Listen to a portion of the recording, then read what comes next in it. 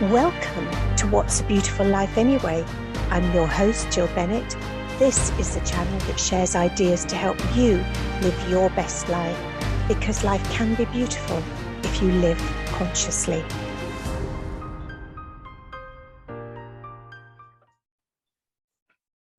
Imagine going from homeless to Ivy League. My guest today is Barbara von Mettenheim. Good afternoon, Barbara. Hi, how are you, Jill? Nice to see you. Oh, it's lovely to see you. And I've just realized I said good afternoon, and actually for you, it's good morning. It is good morning, but the sunshine where you are looks wonderful. I wish we had it here. It's raining today. Oh, is it? No, we're very lucky. We're on about 26 degrees Celsius today. Ooh, So nice. yeah, it's very Great. nice. Very nice. Barbara, you have an amazing story, but maybe we should start off with our own little story about how we actually met each other. That was really funny. So you, theoretically, IM'd me on Messenger and started chatting me up, and I just was. Then all of a sudden, once we started chatting, I went to Facebook and looked you up and saw what you were, and your profile was not matching the language that you were using in your IM. And I finally said, I don't think you're Jill. And he said, well, whoever it was said, oh yes, I'm definitely Jill Bennett. And then I IM'd you. And then it turned out that someone had hacked your account, and we got to chatting, and now here we are. And here we are, yeah. Which is just, it's so, the serendipities of life are meant to be, I think. Yeah, that's a really, spooky connection, right? Yeah. Barbara, you have such an amazing story that I think could inspire so many people. So tell us about your whole journey from homelessness to Ivy League. Well, it goes back to even before I was born. I mean, in the abuse in my family and the alcoholism goes back generations. Mm-hmm. So when I came into the world, I was born into a multi-generational alcoholic family, and it was just not a good scene. And there's another story that I tell that's too long to go into here, but I actually was able to understand what happened the day I came into my family. Everybody was upset with me, a newborn baby, everybody was upset with me, and everything became my fault. So I ended up as the scapegoat in the family, which is a double-edged sword, because it's a pretty terrible place to be when you're in it. But statistically, the scapegoat, the person who plays that role, is most likely to escape the abusive situation. So that was a very fortunate thing. But I was abused by almost everyone in my family. My father was the primary abuser. My older sister, hated me from the day I came home from the hospital. She hated me her whole life. She still does. And I haven't had anything to do with her in 40 years.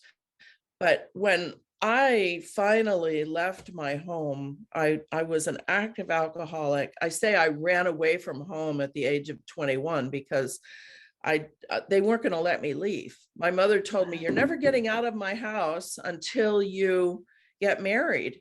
And I said, okay, I can do that. So I badgered my high school boyfriend into marrying me. And that was terrible. And finally, at the age of 19, I was married. Time gets chronological is not working for me in memory anymore.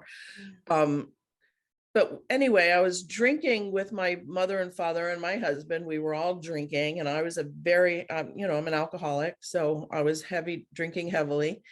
And I'm a married woman. I get to say what I want, and after a lifetime of keeping my mouth shut, not saying anything, because I used to watch my older sister run her mouth, and he would beat her. My father would beat her. And the first time I watched him beating her, I was like 3 years old, I think. That's as close as I can come to figuring out how old I was based on the circumstances. So at 3 years old, I'm watching him beat her, and it just terrifies me. And I just learned to run away, hide, so I was an early reader, keeping quiet as long as I was away, out of sight, out of mind. And So I spent my life learning to hide. So at 19, I think it was 19, I can't remember. But anyway, I spoke up one night and my father turned on me with this absolute look of rage on his face, and he backed me up against the wall and he had his hands on my throat and he was squeezing my throat. And I think at that point he came out of a blackout and he realized what he was doing and he just turned and walked away.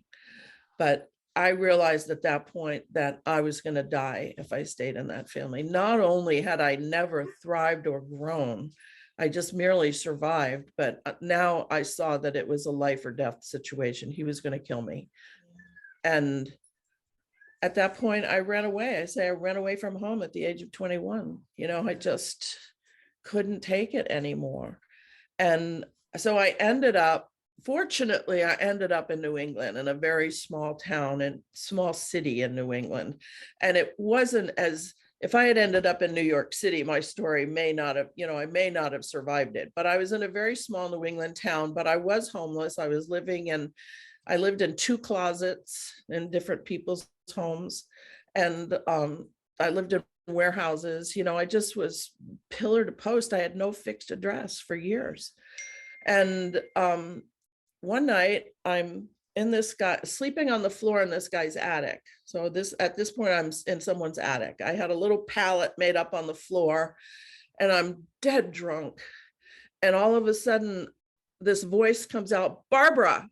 And I woke up and nobody was there, but I heard the voice again. It said, "Barbara." And I was like, "What?"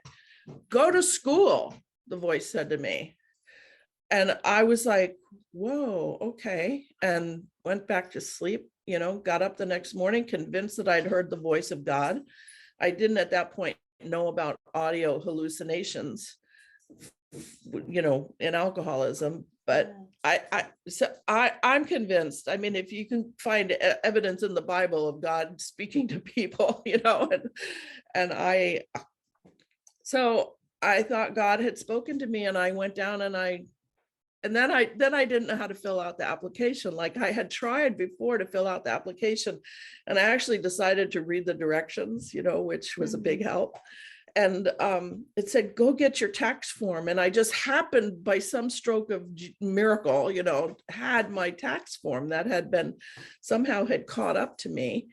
And I had made up these numbers, and the numbers I made up were 1 digit off of what was on my tax form. And I was like, oh my God, it's a sign from God. And so I ended up getting accepted into school, into university.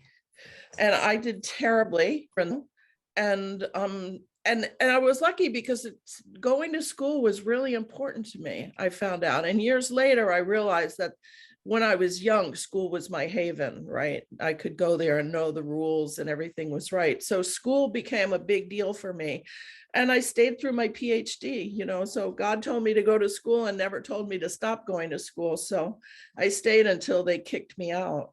That is amazing. That is an amazing story. So I ended up at Dartmouth College, it's an Ivy League school, a very prestigious school here in the United States. That's such a lovely story. So you are now Dr. Barbara von Mettenheim. I am.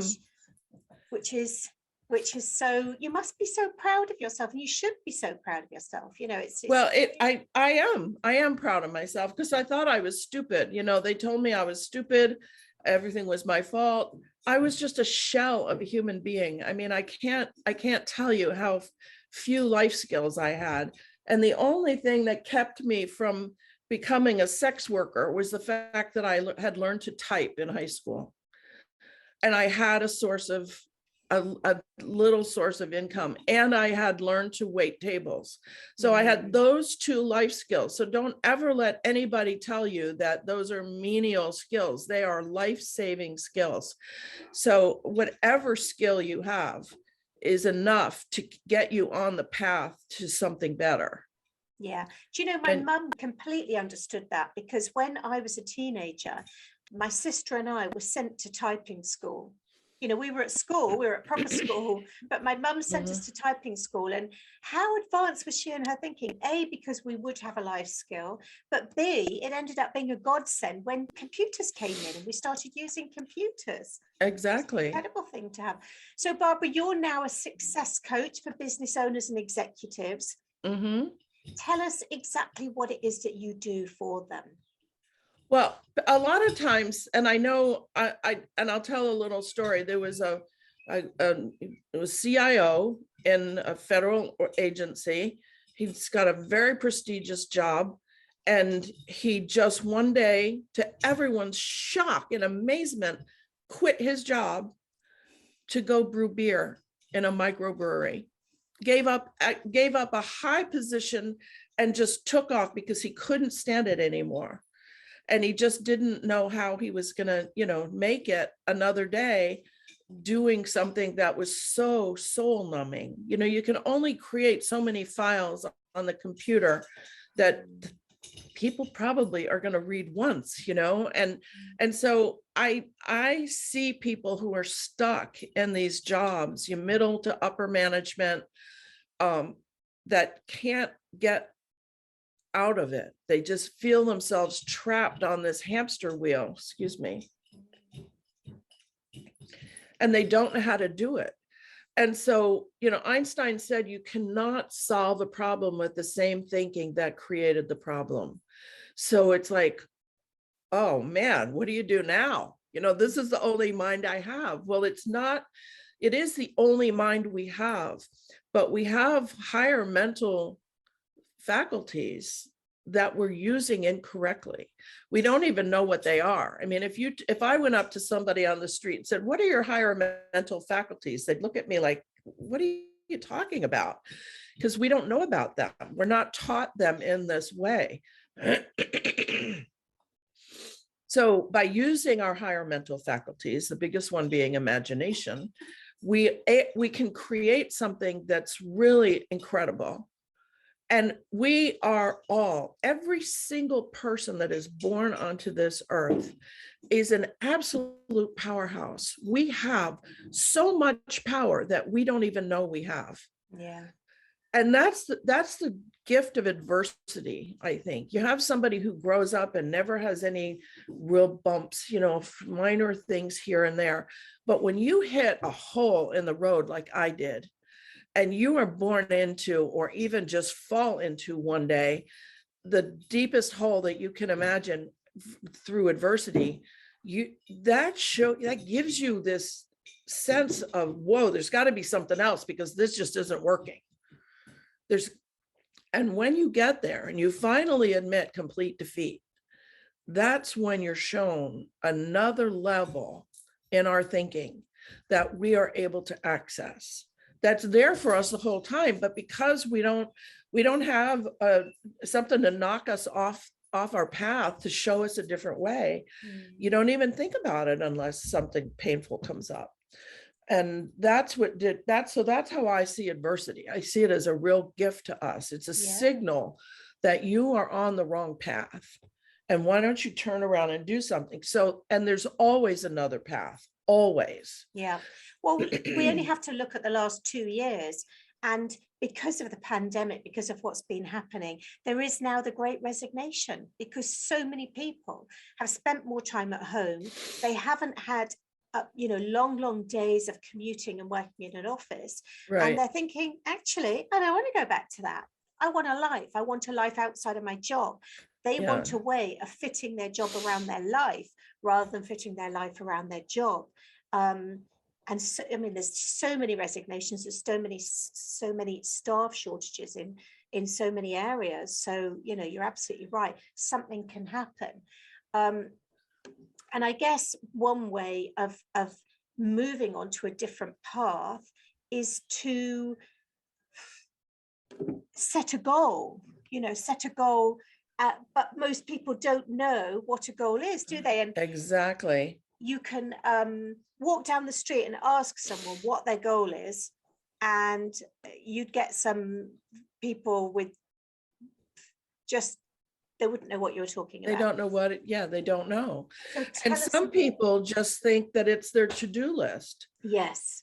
Or, like Bob Proctor talks about the guy who wanted to buy another Pontiac, but he already knew how to do that, so that we talk about type A goals, which is something you've already done and you're just going to do it again. So that's like a lateral move, right? In your company, or switching companies, you're going to the same position in another company. Or a B type goal, which is, given your experience and your knowledge and and anything you can think of, the aggregate of your knowledge, I could probably do that, and you set off on something you could probably do. But a true goal is something that's going to make you really stretch. And that's what goals are meant to do. They're designed to stretch you from the person you are today to become the person who can do this awesome goal that you've set. So that I think it was Richard Branson said, if your next move doesn't terrify you, it's not the right one. So that your goal should both scare you and exhilarate you all at the same time. And we've all got those dreams that we've had in the back of our minds that are just sitting there. Wouldn't it be great if I could be, what do you, what if I could have a tiger show in Vegas, What do you think Siegfried and Roy's mother said, when I want to be a tiger tamer in Vegas.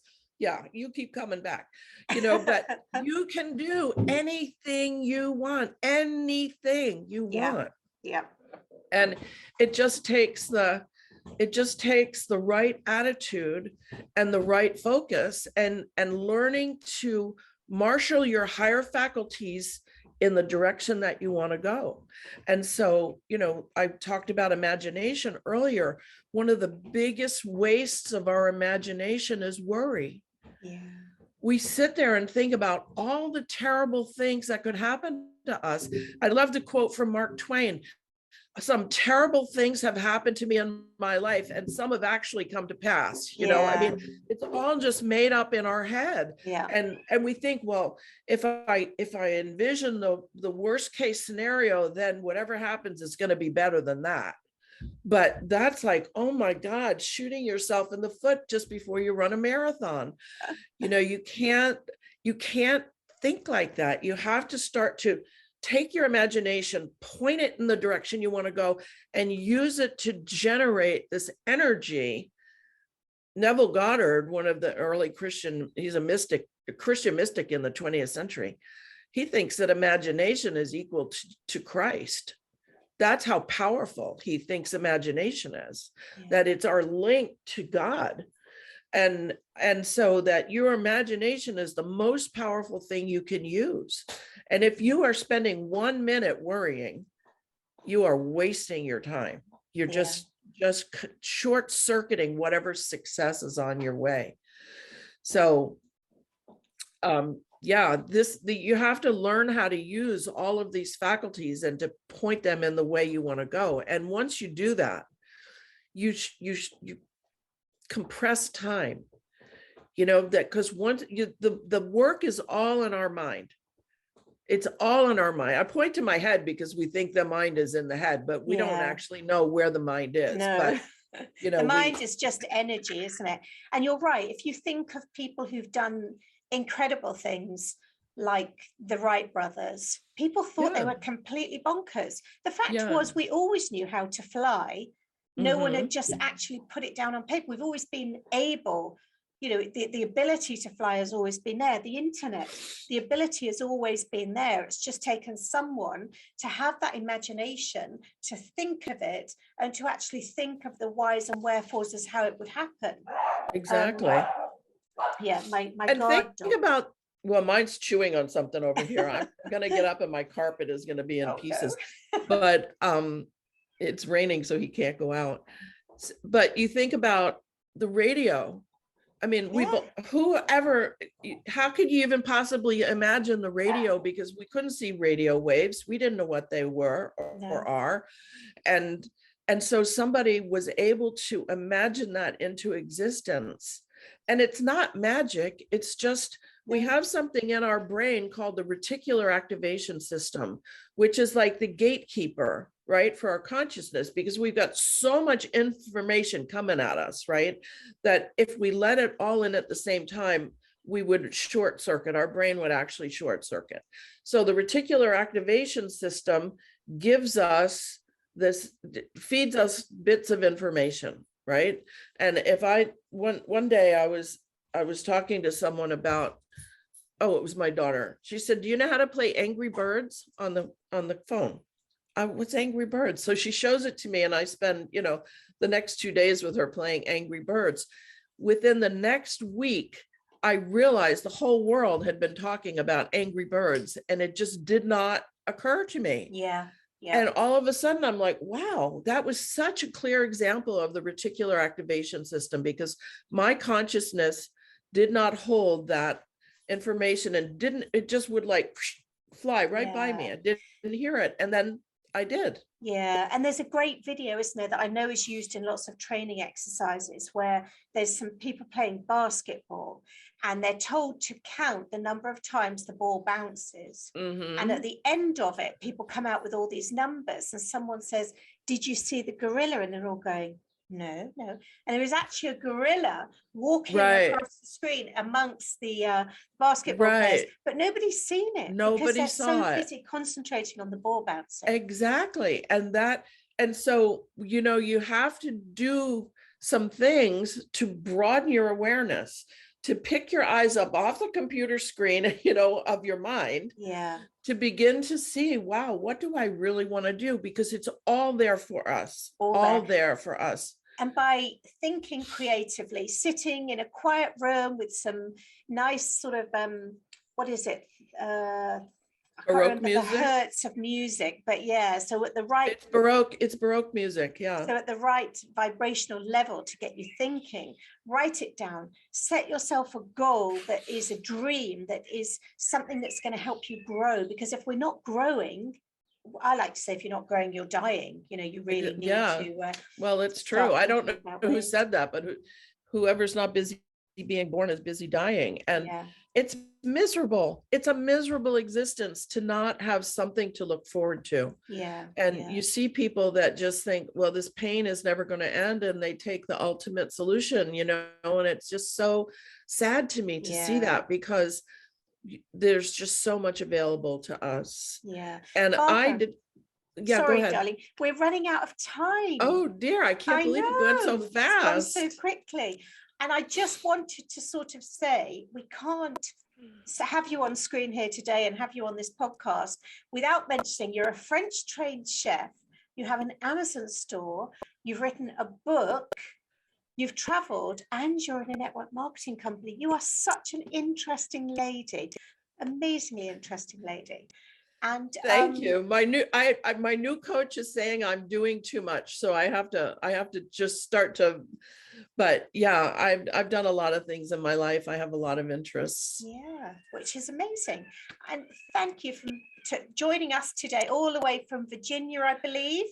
Yeah, I'm just outside of Washington, D.C. in Virginia, the lovely state, the Commonwealth of Virginia. It's beautiful here. Thank you. I'm sure we'll get you on again in the not too distant future. I would love that. Can I just mention my website? Absolutely, yes. And I will make sure all of these links, including your very generous offer of a half-hour coaching session, will all be in the links in the show notes.